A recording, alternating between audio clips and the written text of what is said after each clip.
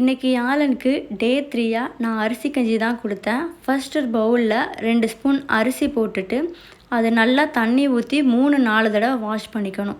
Wash பண்ணதை நம்ம ஒரு 1/2 அன் ஹவர் ஊற விட்டணும். ஊற வச்சதுக்கப்புறமா ஒரு ஒயிட் கிளாத்தில் போட்டு நல்லா ட்ரை பண்ணிவிட்டு ஒரு வடைச்சட்டியில் மாற்றி நல்லா லைட் ப்ரௌன் ஆகிற வரைக்கும் வறுத்து எடுத்துடணும். அதை ஜாரில் போட்டு நல்லா பவுடர் ஆகிற வரைக்கும் அரைச்சிட்டு அதை ஒரு வடிகட்டியில் மாற்றி நம்ம இந்த மாதிரி பண்ணோம் அப்படின்னா நைஸ் பவுடர் ஆயிரும். அதை 2 ஸ்பூன் அந்த அரிசி பவுடரை ஒரு பவுலில் போட்டு தண்ணி ஊற்றி அடுப்பை சிம்மில் வச்சு நல்லா கிண்டிகிட்டே இருக்கணும். அடி பிடிக்க விட்டுறக்கூடாது.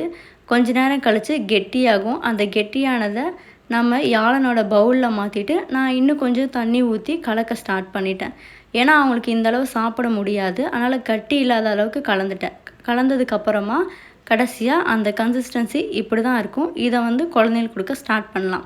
நான் யாழனுக்கு கொடுக்க ஸ்டார்ட் பண்ணிட்டேன். அவங்களோட எக்ஸ்ப்ரெஷன் எப்பவும் போல் இப்படி தான் இருந்தது.